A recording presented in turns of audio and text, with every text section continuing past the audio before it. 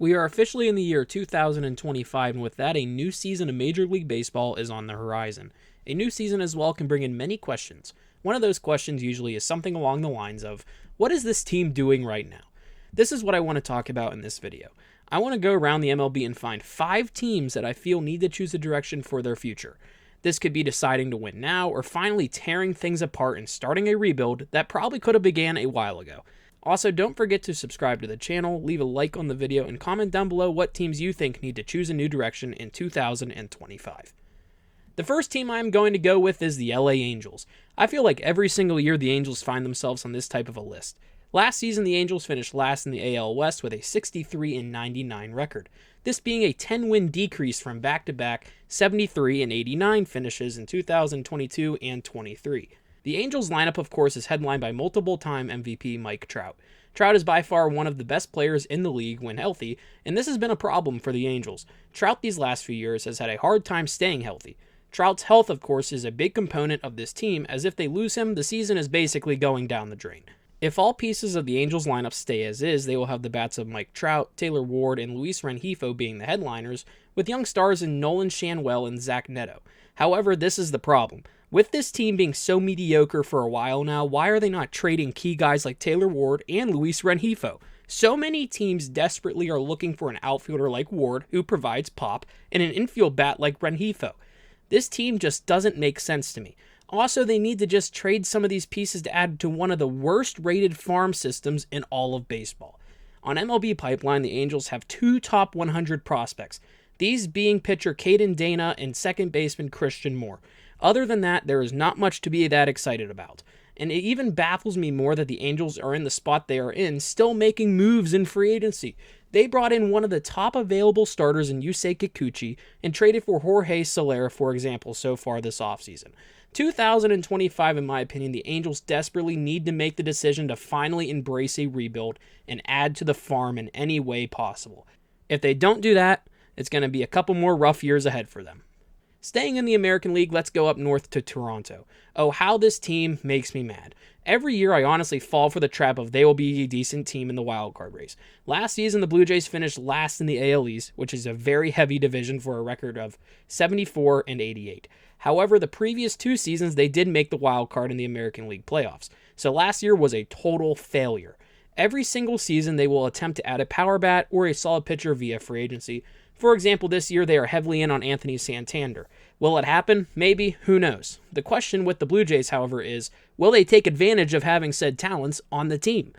The fact the Blue Jays lost that many games last season was just sad. You could basically call it a wasted year of Vlad Jr., who also is in the state of wondering if he'll be in Toronto for the future as a deal is trying to be done. However, both sides seem to be far off from each other. Bo Bichette, who was supposed to be a major piece, took a dramatic step backwards last season and has seemed to be the center of trade rumors for months now as well. They also this offseason traded Spencer Horwitz, a piece many fans seem to be high on, for Andres Gimenez. Gimenez is a very solid player for the Jays to get, but at that cost of $15 million including the luxury tax a season, I really don't know about it. The Blue Jays also only have 1 top 100 prospect in all of baseball according to MLB Pipeline, and that player ranks 94th. So if I'm honestly the Blue Jays, I'm just deciding to tank if something drastically doesn't change this season. If they get Anthony Santander, that's cool, but will it all work out for them? Especially in a division with the up-and-coming Orioles, AL champ New York Yankees, a possible dark horse in Boston building, and an always pesky Rays team. 2025 is going to be an interesting one when it comes down to a rebuild or not for the Blue Jays.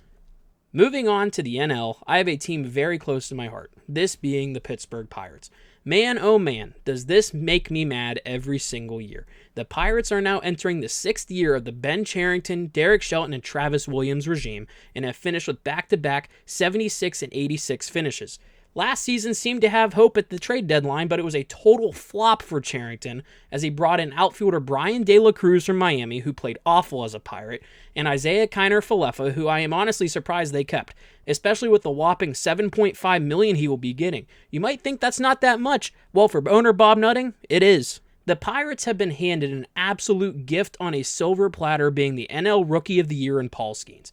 Please do something with this. The Pirates, along with Skeens, have built an amazing rotation. Skeens, Mitch Keller, Jared Jones, Bailey Falter, who took many steps forward last year, and possibly top prospect Bubba Chandler can be a very nasty rotation. But man, that offense is nasty in the wrong way. The only consistent bats you can trust basically are Brian Reynolds and O'Neal Cruz. You could even throw Andrew McCutchen in on that conversation. However, many pieces of that lineup took a massive step in the wrong direction. These being Ke'Bryan Hayes, Jack Suwinski, and many others. The top pick in the draft a few years ago, Henry Davis, also hasn't seemed to figure anything out in the majors and is sadly looking like a quad A player. It's been years since the Pirates have signed any sort of free agent to a multi-year contract as well. It's always one-year deals for them. As a fan, I am pleased asking Ben Cherington in possibly his final year as the Pirates GM, use that amazing pitching depth you have built up in the minor leagues and go get an outfielder so Jack Suwinski and Josh Palacios are not your everyday right fielders. You have been gifted Paul Skeens for a few years. Take advantage of it before the time is up. Ran over. Next up, I want to stay in the Central and go to one state over to the Reds in Cincinnati. This team is literally just like the Pirates in my opinion. Great rotation and consistent offense.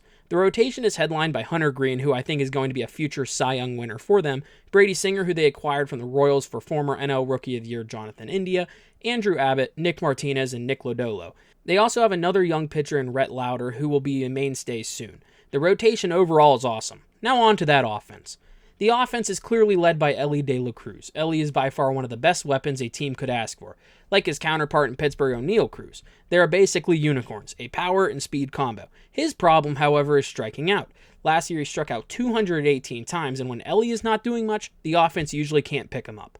I like what they have in Matt McLain, who was hurt all of last year, Tyler Stevenson, and Spencer Steer, however. With that, they need to upgrade in many spots, just like the Pittsburgh counterpart they have. Both of these teams need to upgrade corner outfield ASAP. Will Benson is the projected left fielder right now in Cincy, and I have seen many Reds fans wanting this to change. Another guy who was hyped up before getting hurt seemed to be taking a major step backwards was Christian Encarnacion Strand. He showed glimpses of power in his rookie year, however last season he struggled before the injury. Reds ownership, however, does some things the Pirates won't do. That is spend in free agency a little more. Last year, for example, they brought in Nick Martinez, who they are bringing back again, and Jaimir Candelario. Both of these NL Central teams need to find a way to take advantage of one of the most weakest divisions in all of baseball, or both of their never-ending rebuilds, it seems, might sadly be continuing. There were many other teams I wanted to put in this final spot, but I finally settled on the Seattle Mariners. The Mariners have one of the best farms in all of baseball, pitching staffs in all of baseball, and a star in Julio Rodriguez. However, they always find a way to just finish short.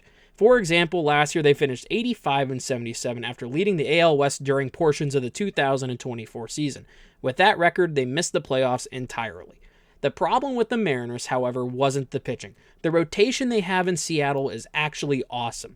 Logan Gilbert, Luis Castillo, George Kirby, Bryce Miller, and Brian Wu, who are all awesome pieces, none of which last season had an ERA north of 4. The highest of the pitching staff was a 3.64 ERA by Luis Castillo. However, despite the awesome pitching, the offense was actually awful. They made a move last year to bring in Randy Arozarena from Tampa, but it didn't help much last year. Julio Rodriguez had a down year than his projected power, but was still a key piece. Cal Raleigh was the main power source, but the problem was this offense of the infield. Right now, Fangraphs is projecting the infield next year to be Luke Raley at first, Ryan Bliss at second, Dylan Moore at third, and J.P. Crawford at shortstop. This is not good. Of all those guys, Luke Raley was the only one with an average north of 240. Everyone else was below 210. With how close this team was, you would have expected them to do something, right? Well, you are wrong. As of now, no major piece has been added. This great rotation hopefully isn't going to be wasted, but many fans of the team feel like it is. This is another one of those teams that, just like the Pirates and Reds, I think, great pitching, inconsistent offense. However, the Mariners by far have the better chances of the other two. So there you have it. Those are 5 teams that I feel have a lot of pressure going into 2025. If I left off a team you were thinking of, make sure to comment down below which one and why. Make sure to subscribe to the channel and like the video for more content as well. I am very excited for what the new year holds for all of us. As always, have a great one, and I'll see you next time.